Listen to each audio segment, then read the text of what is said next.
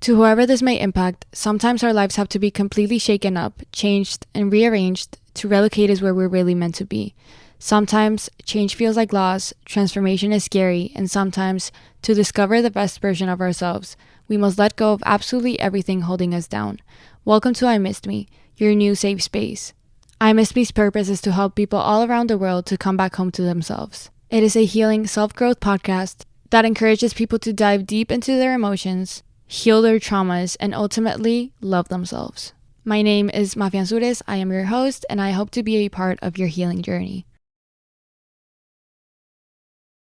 Lux presents Hollywood.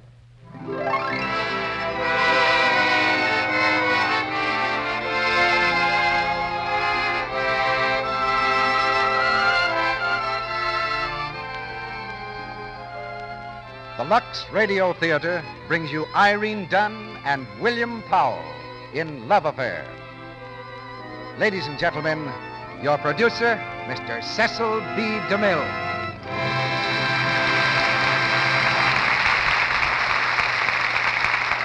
Greetings from Hollywood, ladies and gentlemen. A chance meeting between the right people starts a good many things in this world. It may determine the fate of nations, make or lose $1 million, or begin a romance. I'll let you guess which of these results from the chance meeting in the play called Love Affair. It's a drama that's both gay and serious at the same time. Gay because the parties to the romance are such good company. Serious because love is like that.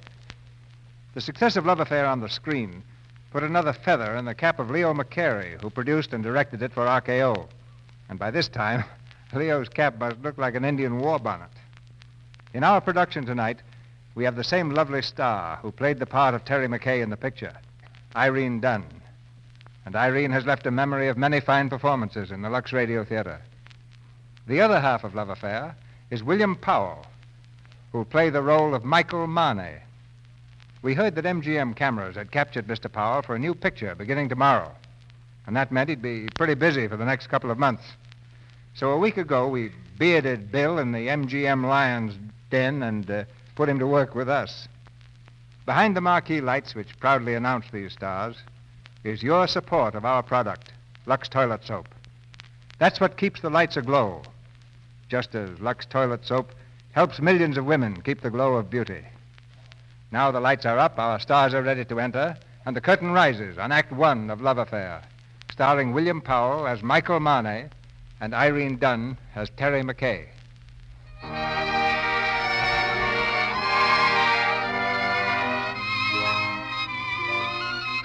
It's said of certain people that they have less privacy than a goldfish. But Michael Marney of Paris must have gazed with envy at the placid goldfish bowl, for compared to him, the finny resident was a hermit. On a night not long ago, the radio gossipers burned up the airways from America to Singapore with the latest news of his unprivate existence. In Paris, the women of the world will be desolate at this report. Michael Marney sails tonight for America to marry Lois Clark, American heiress to a fortune of 600 million francs. In New York, Michael Marney, the French heart crusher, sailed incognito tonight from Naples on board the Napoli. Why? Because Lois Clark and her 20 million smackers will be waiting for him on the dock in New York City. And this time, it's married. In London, It is rumored that Michael Marney sails from Medica tonight to enter into matrimony with one of America's industrial nobility, Miss Lois Clark. I think that's all. on the steamship Napoli, the subject of all this excitement paces the deck slowly, reading a radiogram. Suddenly, a gust of wind takes it from his hand and whisks it around the corner of the deck. Monsieur Marney gives chase, and rounding the corner, pulls up short as he sees a very pretty girl reading a radiogram. Oh, I'm so sorry, but I think you're reading my radiogram. I beg your pardon. Oh, yes, the wind blew it here. My radiogram, I believe you're reading it. Oh, just a moment. I want to finish. My. Well, how do I know this is yours? Can you identify yourself? Well, I'm Michael Marney. Don't tell me you're the fella. The one they've been talking about on the radio. I'm afraid I am. Well, can you tell me what this message says? It's frightfully personal, and I'd like to be sure that, Well, it says, remembering a warm, beautiful night. A thunderstorm over Lake Como. And you. And you. That's you? Yes. It was all right, huh? Uh-huh. It was nice? Uh-huh. Do you think it will ever take the place of baseball? I beg your pardon? Oh, never mind, no. Here's your radiogram, Mr. Monet. Good evening. Oh, wait, please. I'm in trouble. Serious trouble. Well, I could have told you playing around Lake Como. The poor thing. I must talk to someone. Well, I'm not very good at that sort of thing. I talk a lot. I'm trying to break myself of the habit. I can see you have an honest face. Yes, I can trust you, can't I? Well, I guess so. Come with me. But the captain has an honest face, too. Shall we go to your cabin or mine? Well, mine. It's not that I'm prudish. It's just that my mother told me never to enter a strange room in months ending in R. Your mother must be a very beautiful woman. Here it is. What's your name? Terry McKay, and I'm traveling alone. Was that by any chance what was troubling you? Why, of course. How did you guess? Well, this is fine. You know, you saved my life. I've been bored to death. I haven't seen one attractive girl in this boat since we left. Not one. Can you imagine 9 days like that? Why, it's terrible. Life should be bright. It should be beautiful and bubbly like pink champagne. I got scared. I said to myself, don't beautiful women travel anymore? Evidently not. And then I saw you. Cigarette? No, thanks. Have you been getting results with a line like that, or would I be surprised? Well, if you were surprised, it would surprise me. Well, that sounds like a nasty crack. I could make a few, too, if I felt like it. I'm sure you could. I know I can. That's what I said. I think I will. How's your fiancée, Miss Lois Clark? She has a cold. Oh, too bad. Got it at Lake Como? No, she wasn't there. Then the lady of the lake No, is not... that was her best friend. Oh, chummy bunch. You know, this boat's going awfully fast. Only 8.5 days till we get in. Is there any reason why, from now, it shouldn't be pink champagne? Well, do you like that picture on the table? Oh, yeah. Friend of yours? A very good friend. I see. He's nice, huh? Very nice. He's all right, huh? Where is he now? New York. He sends me on a buying trip every once in a while. You see, he's my boss, too. Oh, you don't think he would approve of pink champagne? No, I don't think so. I think it's very touching, you and him. Very beautiful. I like that. He must be very engaging. Well, you can just imagine how attractive he is when I can resist so charming a person as you. Let's see. That's the door I came in. Well, I still have deck tennis, keno, and shuffleboard. Oh, don't tell me you're embarrassed. Yes, to my embarrassment. Well, if you don't mind, I'll take my pride for a walk. Unless, by chance, you'd care to have dinner with the two of us. Why, yes, I'd love to.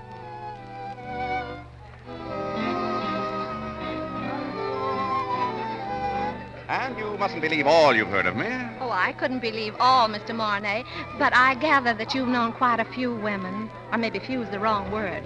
Maybe. And I guess you haven't much respect for them. Maybe. But, of course, you've always been fair in your judgment. No, I've been more than fair. I idealize them. Every woman I meet, I put on a pedestal. But the longer I know her, the better I know her. Oh. And the better I know her... Let's talk about you. No. We'll talk about me another time. I think I'd like to take a walk on the deck. Of course.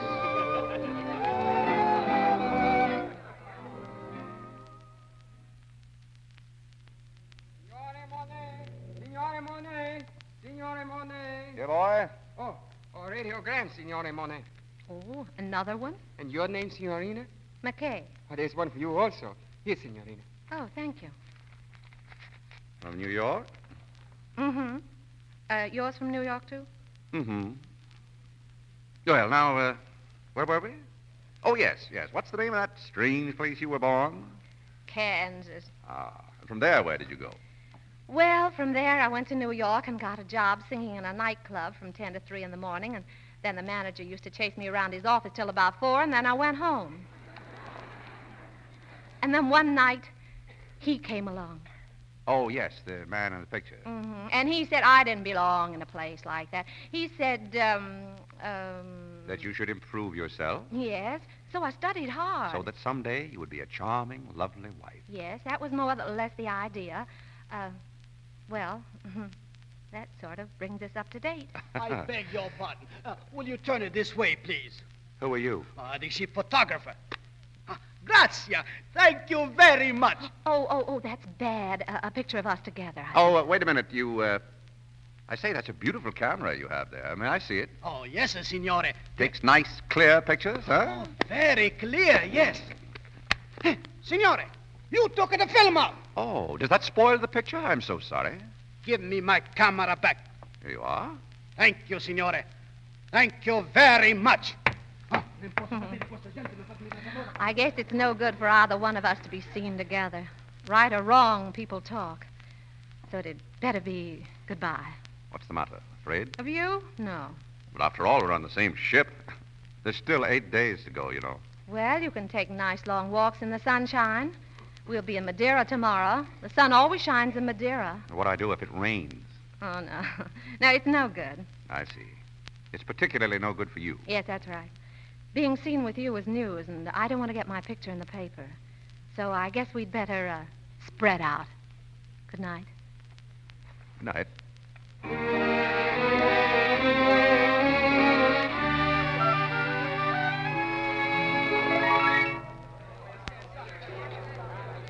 Passengers will please be back on board at 5 o'clock.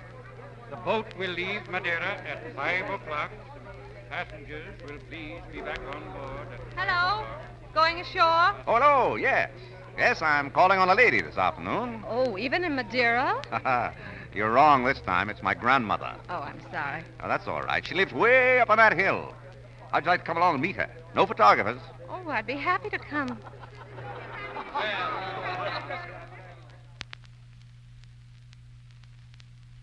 This is her house. That's a little chapel over there. Way down the hill, you see those toy houses? Mm-hmm. That's the village. Oh, what a divine place. I want to meet her. I'll see if she's here. Oh, Mimi! Mimi! She must be in the chapel. What is there about this place? Something makes you feel you want to whisper. There's such peace here. It's like another world. Yes? My grandmother's world. Tell me a little more about her. Well, my grandfather was in the diplomatic service. This was his last post. He died here, so she stayed on to be near him. He's buried there beside the chapel. She must be waiting, I think, a little impatiently, the day she'll join him. Michael, my dear. Mimi, darling. Why didn't you tell me you were arriving? Oh, Mimi, I wanted to surprise you. Oh, I am very surprised. So, you are going to be married, Michael. Is this the girl? Oh, no, darling. This is Miss Terry McKay. Oh, how do you do? She is very charming, Michael. I like her. Thank you, I'm glad. If you'll excuse me, I'll sit down for a moment. I'm longer at my prayers nowadays, and my knees, well, they are as old as I am. Tell me, are you English? No, I'm American. American. Do you know, I have a special fondness for America. It was my husband's first post after we married. Really? Yes. In fact, we went to Washington on our honeymoon. Uh-huh. My husband was in the French embassy. Mr. Grover Cleveland was your president. We met him, a great, hearty man. He got married while he was in the White House, and we all went to the wedding. There was great excitement. I remember the lovely bride. I remember it caused a sensation. She did not wear a bustle. Oh, you have a lovely place here. Thank you. I could stay on forever. Oh, you are too young for that. It is a good place to sit and remember, but you still have to create your memories. I see you looking at my chapel. Would you like to go in? Oh, may I? But of course. Thank you. How long has it been for you, Michael? Since you were an altar boy. Then you better go in, too. It won't hurt you. I'll prepare tea.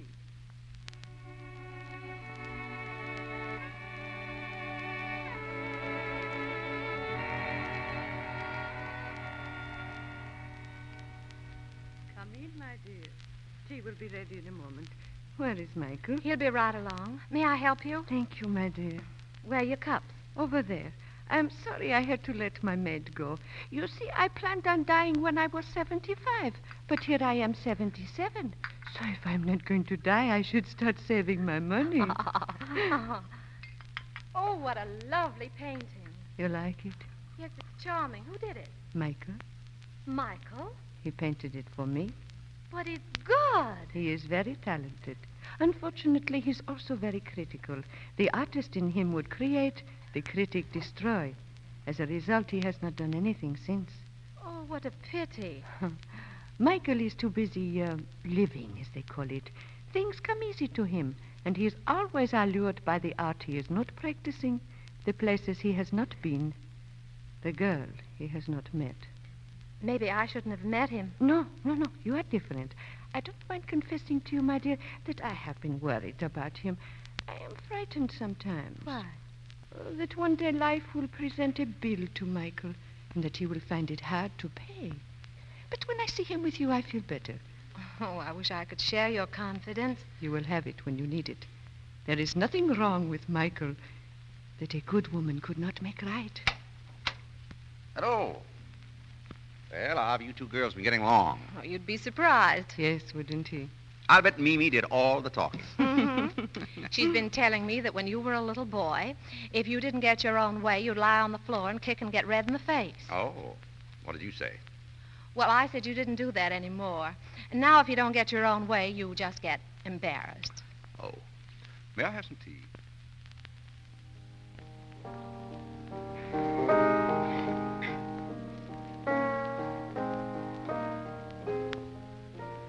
She was a great pianist once. I think she's wonderful right now. She is. Not so loud, I can still hear. Uh-oh. Uh-oh. I'm afraid that's for us. I do not like boat whistles. Mimi, darling, I'll come back and see you soon, I promise. Please do. You're shivering. Don't you want your shawl around you? Thank you. My, it's a beautiful shawl. You like it? Indeed, I do. I will send it to you someday. Oh, Goodbye, Michael. Goodbye, darling.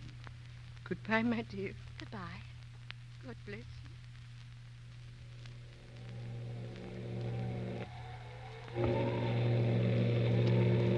Mind if I come in with you for a moment? If you like. Yeah, it's getting pretty windy on deck. Yes. Well, I just want to thank you for a grand evening. And I want to thank you for the loveliest day I've ever known. You were very sweet to my little grandmother. I'm going to write to her. Oh, that'll be nice. You know, I'm really very grateful to her. Well, you should be. I think perhaps she's made you see me in a more favorable light. She has. You're wondering, of course, why I'm not better. I am. I think you're all right. As far as you'll go. Well, that's as far as I can go. Terry, Feel how the boat's rocking. We must have changed our course. I think we have. But only for a while.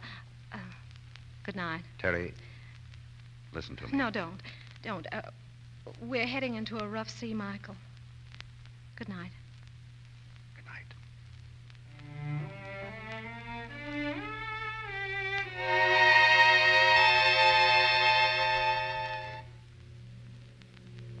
Hello. Terry. Hello. If you say a penny for your thoughts, I'll jump overboard. What are you doing out here? Couldn't you sleep? No, too near New York to sleep. What about you? All I seem to do is turn and toss. Dreaming? You couldn't call it dreaming. I'm awake. I'd call it wishing. My father used to say, wishes are the dreams we dream when we're awake. He used to drink a lot. You know, I wrote a song once about wishing. It was rather nice. Oh, it was? How does it go? I forget, but it said that if you wish long enough in your mind, and if you wish strong enough in your heart, and if you keep on wishing long enough and strong enough... You get what you want for Christmas? Yes. Well, we'll get in the morning in New York. Will he be waiting? Mm-hmm. I just had another radiogram. What about her? I had one, too. Terry, I guess if we have something on our minds, we'd better say it now. Yes. You know, I've never worked in all my life. All my life, I've never worked. I've been thinking about that. What did you say? I didn't say anything. Yes, you did, too. You said I was very fond of expensive things. Furs and jewels and things. What did I say that? Mm-hmm. I guess you and I have been more or less used to a life of pink champagne. It might be a little difficult to change. Do you like beer? Yes, I do. I know. My father used to say, it's a funny thing. The things you like best in life are either illegal, immoral, or fattening. Your father? Yeah. I told you he drank like a fish. I wonder what your father would think of me. Never working. Not one day. Well, just because you haven't That doesn't mean that I couldn't. No, of course not. But I might not find out all at once. Might take me 6 months to find out if... If what? Well, it's hard to say. After all, it's unfair to ask you to take a chance. But, Terry, if I worked hard enough and long enough and wishes came true, where would you be? What are you trying to say, Michael? I'm trying to say that it would take me 6 months to find out if I'm worthy to say what's in my heart. Oh, that's just about the nicest. Oh, well, I think I'll turn in now and do a little more rolling and tossing. I'll think about it and let you know in the morning. Going my way? No, I think I'll walk a little. You know, marriage is a very serious thing. Yes, I know. Do you like children? Yes. Yes, I do. So do I.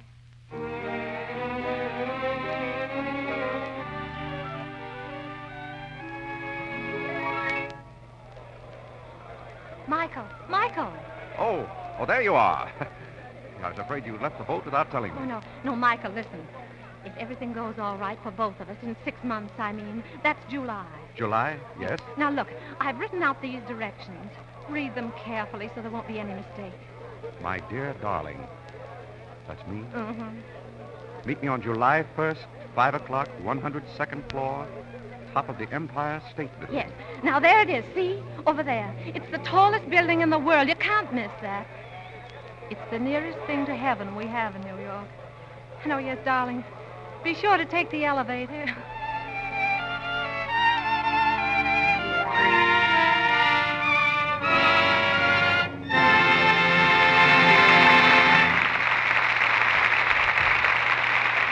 In just a moment, William Powell and Irene Dunn will return in Act 2 of Love Affair. But now, what have we here? Am I seeing things, or have we six very lovely girls, all standing in a row? We're not just 6 girls, Mr. Ruick. We stand for something. We're sort of symbols. Oh, symbols. I see. Well, is it all right for me to say you're certainly the best-looking symbols I've seen in a long time? But suppose you tell our audience what your symbols are. Now, we'll take you one at a time. First, the girl with the nice red hair. Tell us what this is all about. Well, you see, Mr. Ruick, we stand for 6 special qualities in Lux toilet soap. Well. Lux Toilet Soap is proud of you. You really are about the best-looking 6 girls I ever saw together in one small space. It's too bad, in a way, that you're just symbols. But as I understand it, each of you girls stands for one of the qualities that make our product what it is, the complexion soap 9 out of 10 screen stars use. So why don't you, now, one at a time, girls, tell our audience about yourselves. That tall, slender girl first now. What do you stand for?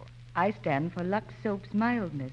When a woman has sensitive skin, that's terribly important. Next, the young lady with the blonde hair. Lux Soap's purity.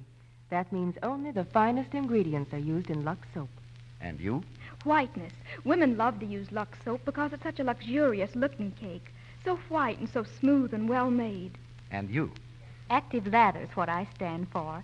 That means Lux Soap cares for the complexion very gently, but very thoroughly. And that's awfully important because it makes Lux Soap such a wonderful beauty aid, such a wonderful help in keeping skin smooth and soft, and, really lovely. Very good. And now the girl with the red hair again. I stand for the Lux Soap perfume. It's very choice and distinctive, a blend of 34 costly ingredients. When women use Lux Soap for an active lather beauty bath, it leaves a delicate, clinging fragrance on their skin. Good. Now, the girl next to you. I stand for long-lasting quality of Lux Soap. That means it's thrifty. A firm, hard cake that gives a wonderful lather. Thank you, girls. Thank you very much. Thank you. And do come again. You know, I only wish our audience could see you as well as hear you. I'm sure they'd say with me, Lux Toilet Soap is proud of you. Now, our producer, Mr. DeMille. Act 2 of Love Affair, starring Irene Dunn as Terry McKay and William Powell as Michael Marney.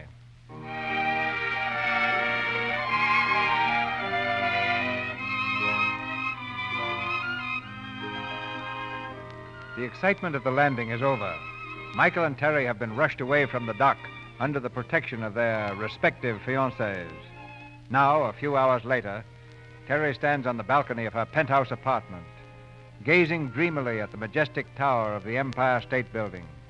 Behind her, in the room, the door opens quietly. Hello, darling. Oh, hello, Ken. Well, darling, how does it feel to be back? Oh, fine. Only, Ken, I wanted... Sorry I had to rush away this morning, but I've got my business all cleaned up, and right now there's not a thing on my mind except that I'm in love. Kiss? Mm-hmm. And I've got a surprise for you, Terry. Wait a minute. Kiss me again, will you? Mm-hmm. Remind me to ask you later what's happened to your kisses. Maybe you're just out of practice. I hope.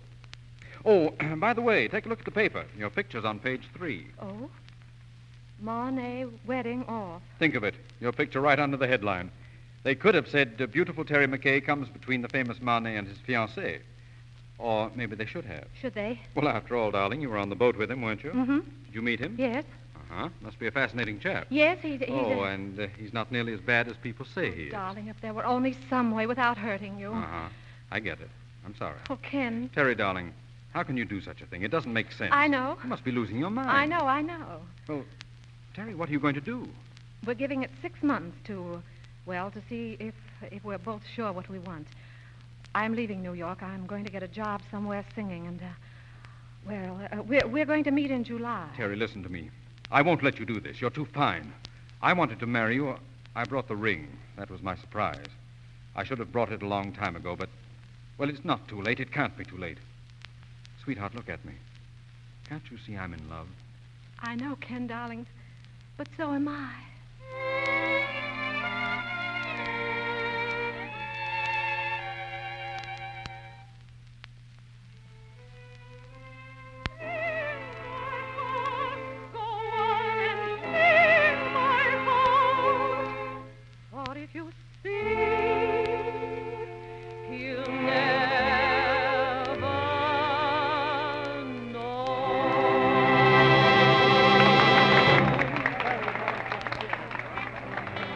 Miss McKay. How am I doing, Chief?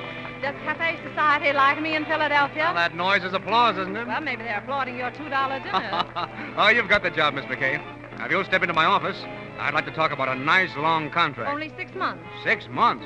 That's not a long time. Oh, yes, it is.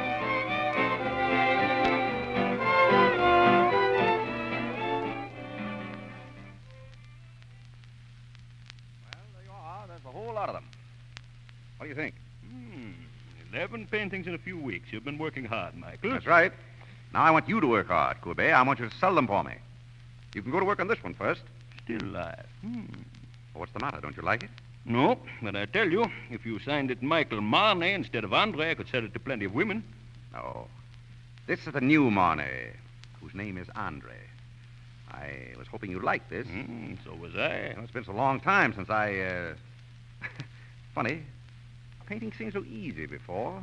Probably because I didn't care then. Well, what do you expect in 2 or 3 months? You mind if I help myself to this apple? If you don't mind it being only half an apple. Oh. That was my lunch.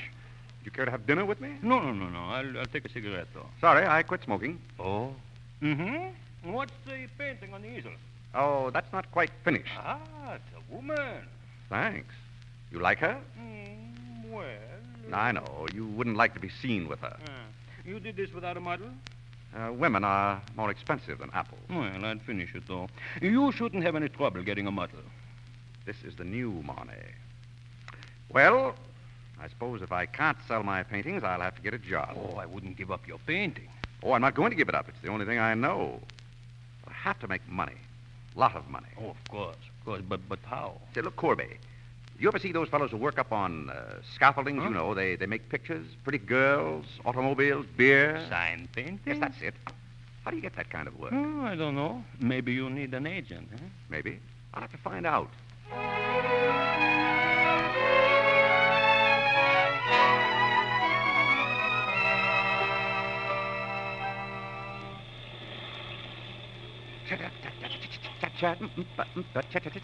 Say, look, Bud. Huh? I don't know how much of this kind of work you've done, but when you're standing on a scaffold 4 flights up, you stand quiet, see? Oh. You don't go dancing around like the Queen of the May, or you land up on the sidewalk. Oh, I'm sorry, my friend. It's just that I'm happy. How do you like my streamlined siren? She'll look down on all New York and sell beer by the gallon. Michael! Who's that? There's a guy down there waving at you. Courbet! What is it? I have been looking all over for you. I have good news. You know the woman I would not be seen with? Yes? I sold her for $200. 200. My friend, I'm a painter. Yeah? So am I.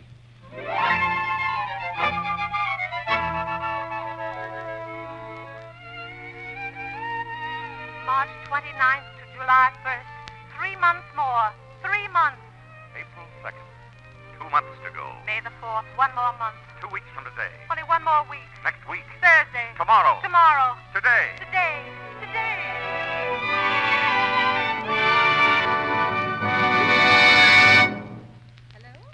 Hello? Oh, is this Mr. Kenneth Bradley? Well, this is Miss Lane at the Salon Moderne.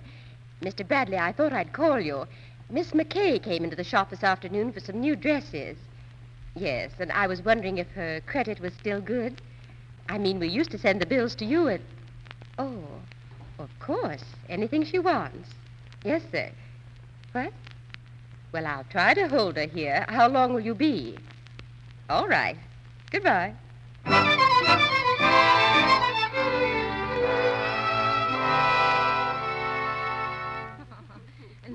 No. It's no use, Miss Lane. I think I have enough right now. Nothing else, thank you. Well, if you're sure, Miss McKay. Where shall I have this sent? Well, I don't know at the moment. I'll have to call back and let you know. Now, let me see. That'll be $134. There. I think that's right, isn't it? You mean we're not to charge this to... To Mr. Bradley? No. No? No. Goodbye. Hello, Terry. Why, Ken. How are you, Terry? Where have you been hiding all these months? Why, Ken, what are you doing here? How on earth did you know I would... Oh, Miss Lane. I see. What time is it, Ken? I'm late. It's 5 minutes to 5. Oh, heavens. It's good seeing you, Ken. It's good seeing you, Terry. There's so much to talk to you about. Yes, I'm sorry I'm in such a hurry. But there's so much I want to say to well, you. Call me up sometime. Oh, no, you can't do that either when I'm going to be married. You're going to be married? Yes, Ken, and I'm late. What time did you say it was? 4 minutes to 5. Looks like I came all the way down here just to tell you what time it was, doesn't it? Yeah. Goodbye, Ken. Goodbye. Good luck. Driver, can't you hurry? Sorry, miss. Traffic jam. I can cut across 32nd. Oh, no, never mind. I think I'll save time if I get out here. I'm in a hurry. Here you are. Hey, what's the big rush?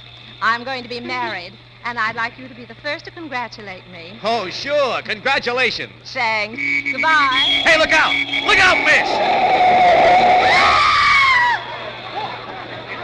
Hey, what's the matter? What's happened here, huh? A woman got hit. What? She just stepped out of my cab. This minute I was talking to her. Well, get an ambulance, quick, somebody!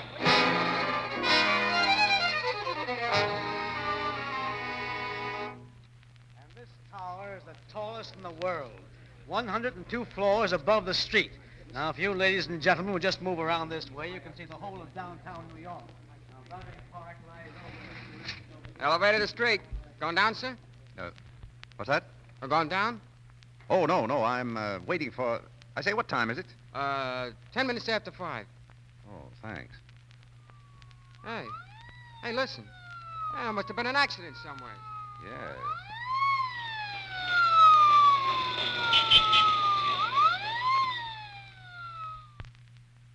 And up that way is the George Washington Bridge. It's not very clear tonight, but if you look carefully, you can see the red light which marks the top of the steel tower. Now, on a clear night, you can see the automobile light below this bridge. Going down? No, not yet. It's 8 o'clock, sir. Well, I'm not going down yet. Oh, yes, sir. Huh, kind of looks like a storm coming up, don't it?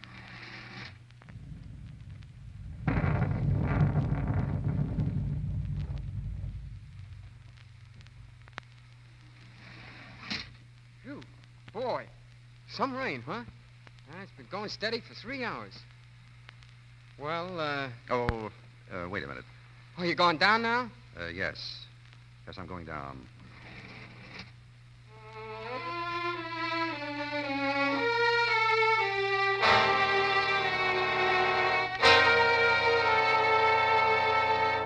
Well, Doctor, how's she doing? Will she be all right, Doctor? Well, her x-rays aren't too encouraging. It's hard to say if she'll ever walk again. We can tell better in a few months. Oh, are you the fellow she was yelling about under the anesthetic? No, that's another chap. She was on her way to marry him. Mm-hmm. Well, have you notified him? No, she doesn't want that. Because until she knows what you say you won't know for a while, she'd rather he didn't know. I see. Now, that's being sensible. A nice girl. I think so. May I go in? Of course. Hello, Ken. Hello, Terry. Ken, this is Father Haney. I know. We've met.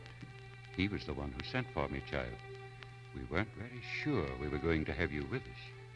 Fooled you, didn't I, Father? I guess I had this coming to me, but if the punishment fits the crime, I must have been a very bad girl. Oh, Ken's the man I told you. Yes, I know. He explained. Oh, he did, huh? Fine thing. Tattletale. Men like to talk, don't they, Father? You know, I was on my way to be married this afternoon. I was going to meet him. This other fellow. Do you suppose he'll wait a very long time?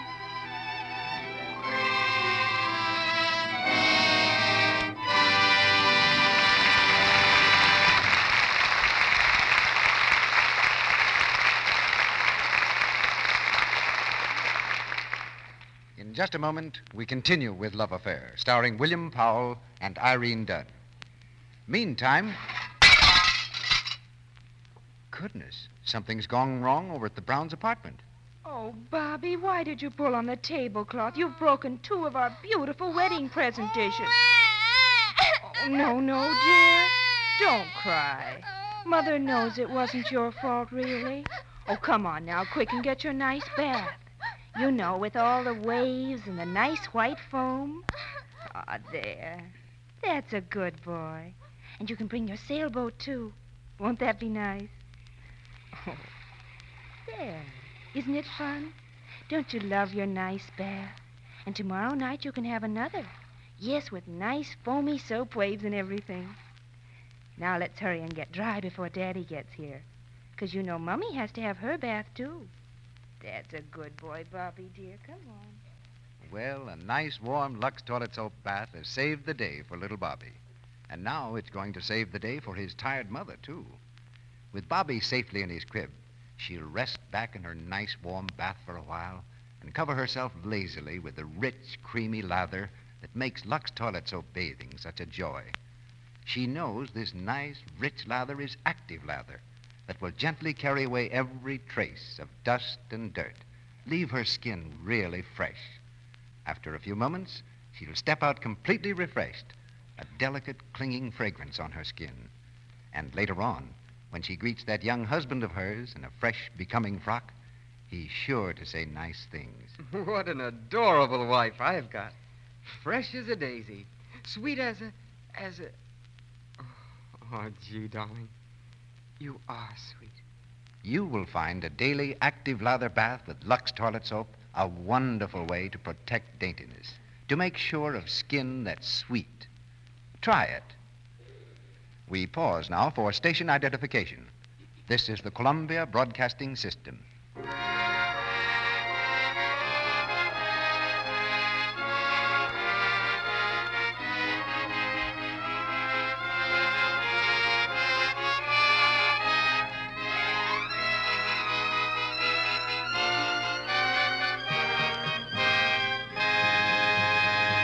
The curtain rises on Act 3 of Love Affair.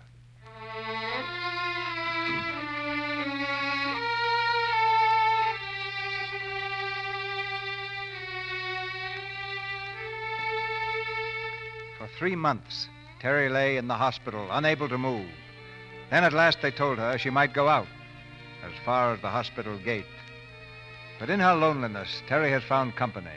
Children from the Lincoln Heights orphanage next door, who climb over the fence each day to sit in an adoring circle around her wheelchair. Oh, Miss Terry, sing for us. Sing for us.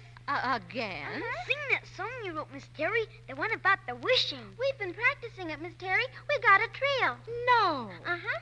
Well, all right. I'll sing it, and then you join in. Oh, well. Keep quiet, everybody. Okay, Miss Terry. Okay. Wishing will make it so. Just keep on wishing, and care will go. Dreamers tell us dreams come true. It's no mistake, and wishes are the dreams we dream when we're awake. The curtain of night will part if you are certain within your heart.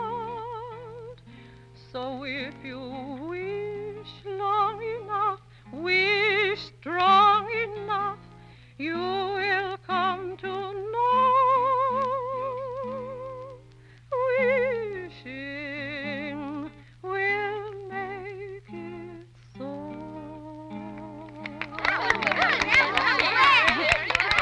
You see, I've been practicing too. Now let's hear the trio. Come on, here we go. Wishing will make it so. Just keep on wishing, and care will go. Dreamers tell us dreams come true. It's no mistake, and wishes are the dreams we dream when we're awake. The curtain of night will part if you are certain within your heart. La, la, la, la. So if you wish long enough, wish strong enough, you will come to know.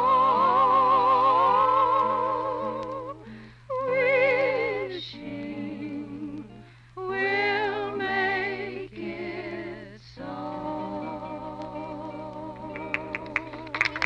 That was good, Miss Terry. Here. What's all this? Children. Easy, kids. It's all pickle puss. That's when I'm the pickle puss. Hello? How do you do? I'm the superintendent of the orphanage. Yes, I know. How long has this been going on? Well, just a few days. I hope you're not angry. Oh, no. When you have as many youngsters on your hands as I have, lady, you have a problem. Oh, I don't know. I like 'em. I like kids. I do, too. But they don't like me. They call me Pickle Puss. Oh, dear. I can see they like you. And music, too. And if it has so much influence, if you can do so much in a few days, I'm thinking... I'm wondering if you're thinking the same thing I am. I'll be up and around pretty soon, and music has charms, and I like children, and children like me, and I'll be needing a job badly. It would only be an experiment, you understand. We couldn't pay a high wage. Oh, I wouldn't care anything about that. Just so you paid me enough so that I don't go around calling you Pickle Puss.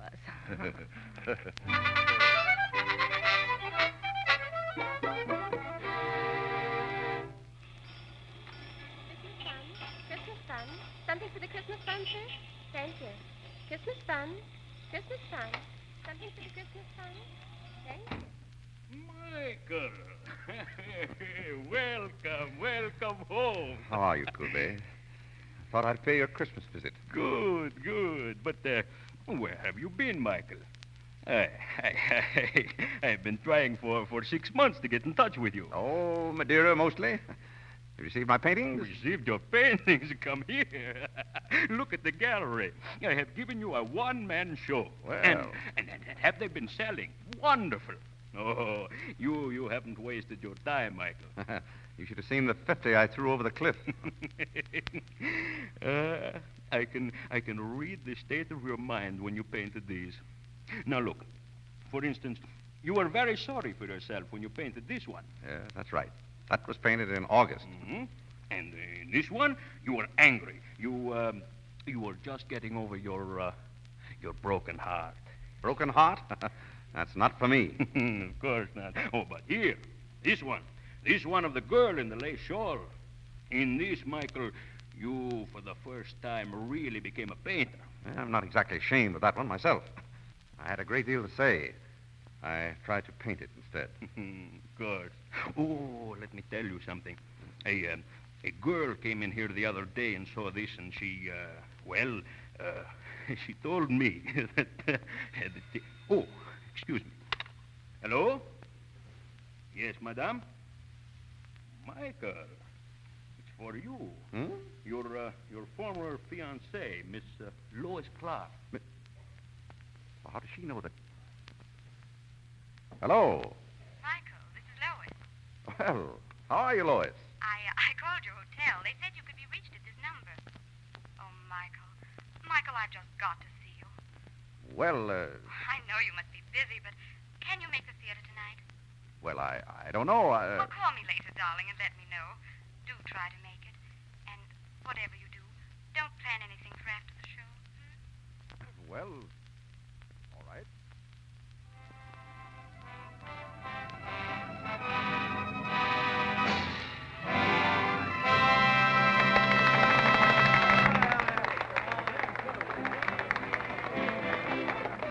Well, Lois, where shall we go from here? Well, suppose you plan where we'll go, Michael. After all, this is your evening, darling. Afraid I don't know where to go anymore. I just got back, you know. If you... What is it, Michael? Who's that girl you're staring at? That one sitting over on the aisle. Hello, Michael. Oh, hello, Terry. What were you saying, Lois? I was saying you're never at a loss to do just the right thing. Terry. Oh, Ken. Terry, why don't you tell him? I'll go and get him. No, Ken. It's tough. The first time you're able to get out and have a good time, you have to meet him. And all I could say was, hello. Well, the show's over. The boy gets the girl. Shall we go? Certainly. Usher, will you bring the wheelchair, please?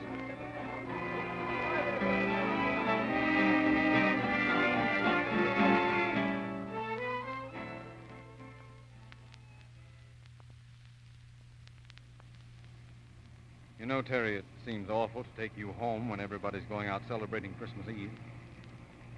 I'm going to ask you again. Why don't you let me help you? All right, I'll tell you again. If you paid for my getting well, he wouldn't like it. And if he didn't like it, I wouldn't like it. And if you did get me well and I went to him, you wouldn't like it. Then he certainly ought to know. No, because if he found out, he'd want to do something about it. If he had the money, and I know he hasn't. And then if I didn't get well, that would be awful. No, unless I can walk to him, and when I say walk, I mean run. He'll never know. I've got my job, and I'm on a budget, and if things come out all right, and if I'm a good little girl, maybe I'll get what I want next Christmas.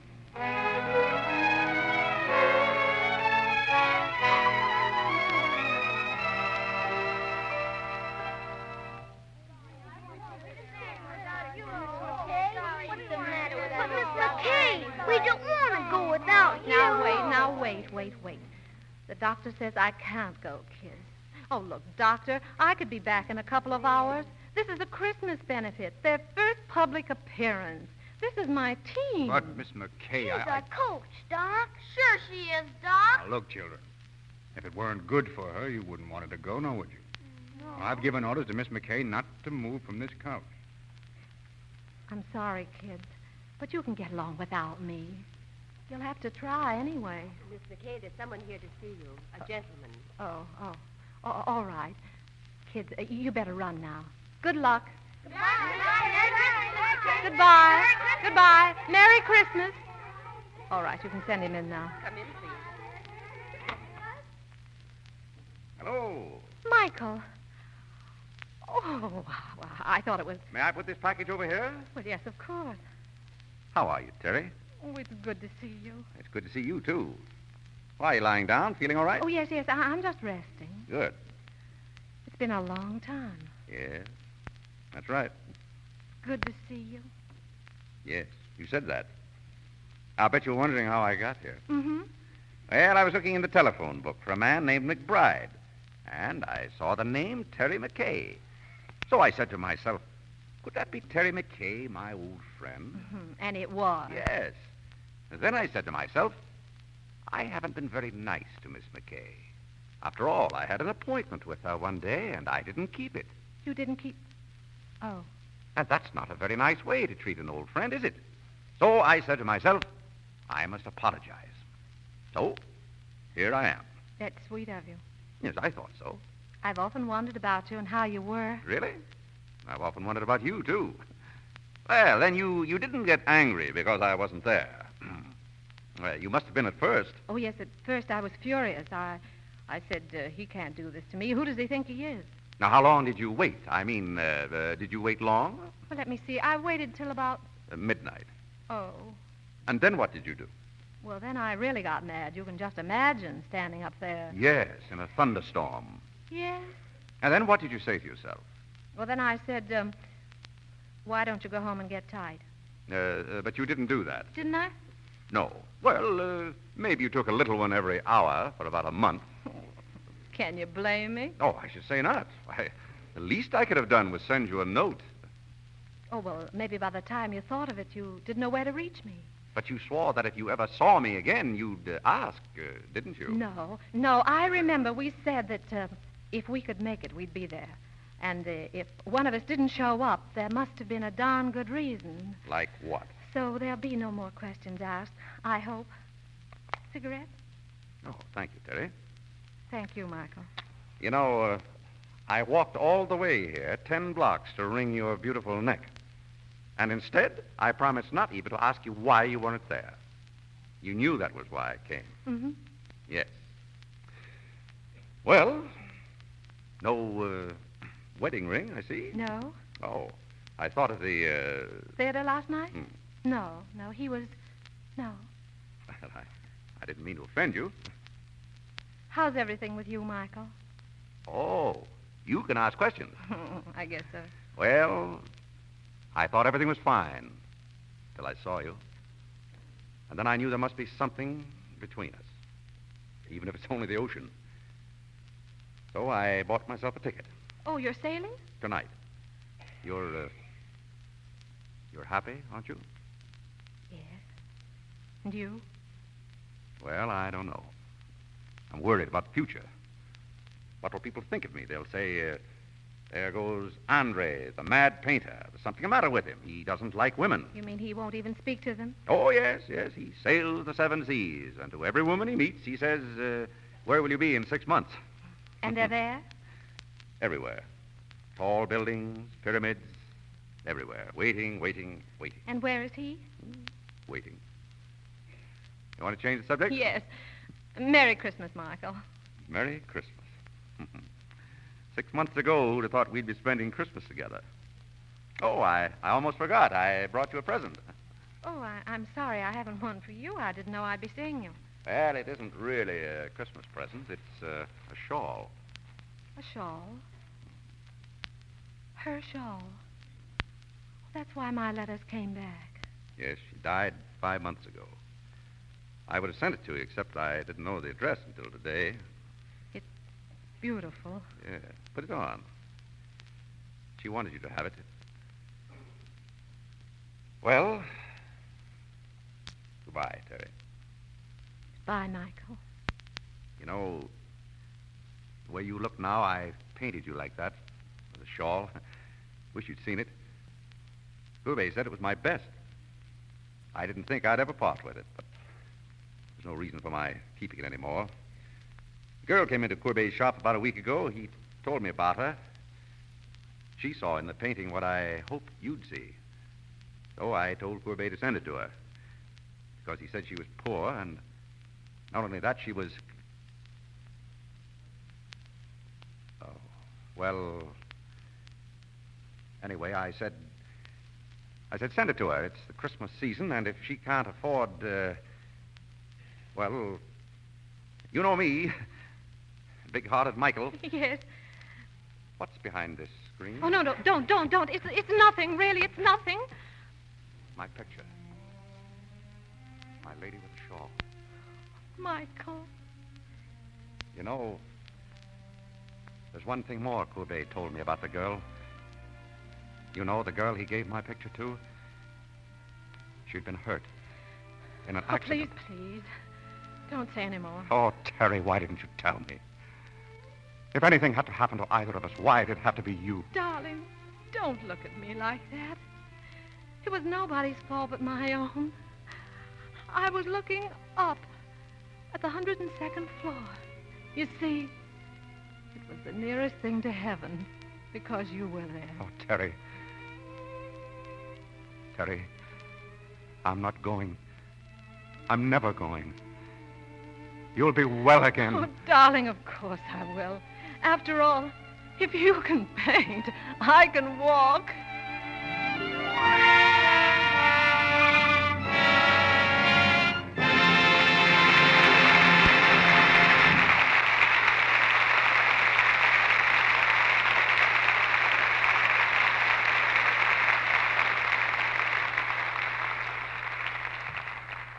A happy ending to Love Affair brings us another happy moment.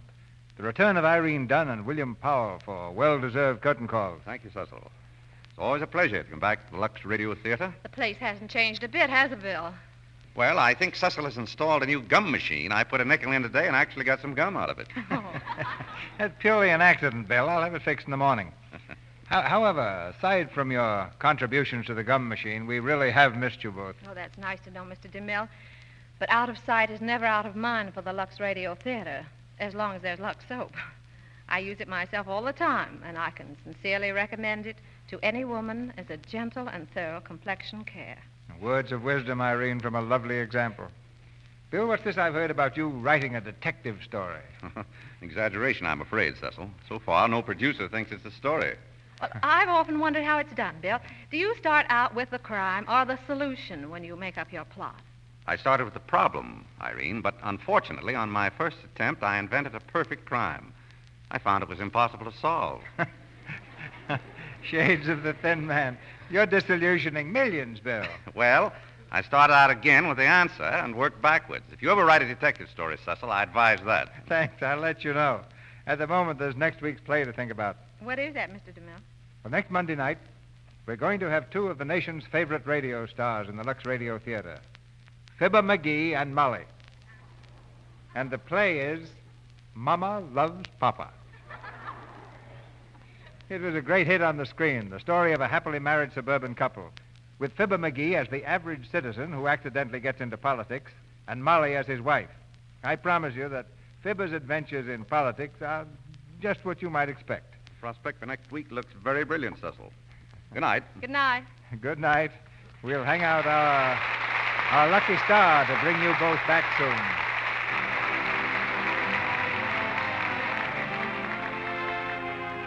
Our sponsors, the makers of Lux Toilet Soap, join me in inviting you to be with us again next Monday night when the Lux Radio Theater presents Fibber McGee and Molly in Mama Loves Papa. This is Cecil B. DeMille saying good night to you from Hollywood.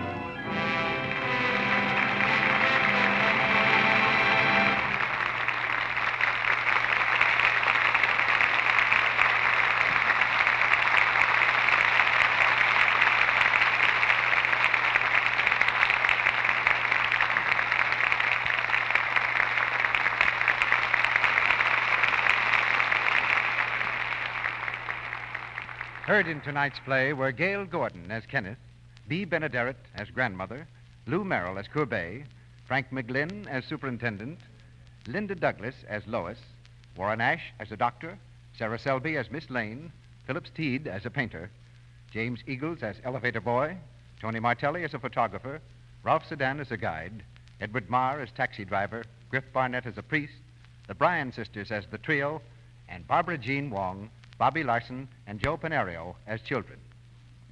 Irene Dunn will soon be seen in the RKO picture My Favorite Wife, which was produced by Leo McCary and directed by Garson Kanan. William Powell will shortly begin work in the MGM production I'm in Love Again. Our music was directed by Louis Silvers, and your announcer has been Melville Ruick. This is the Columbia Broadcasting System.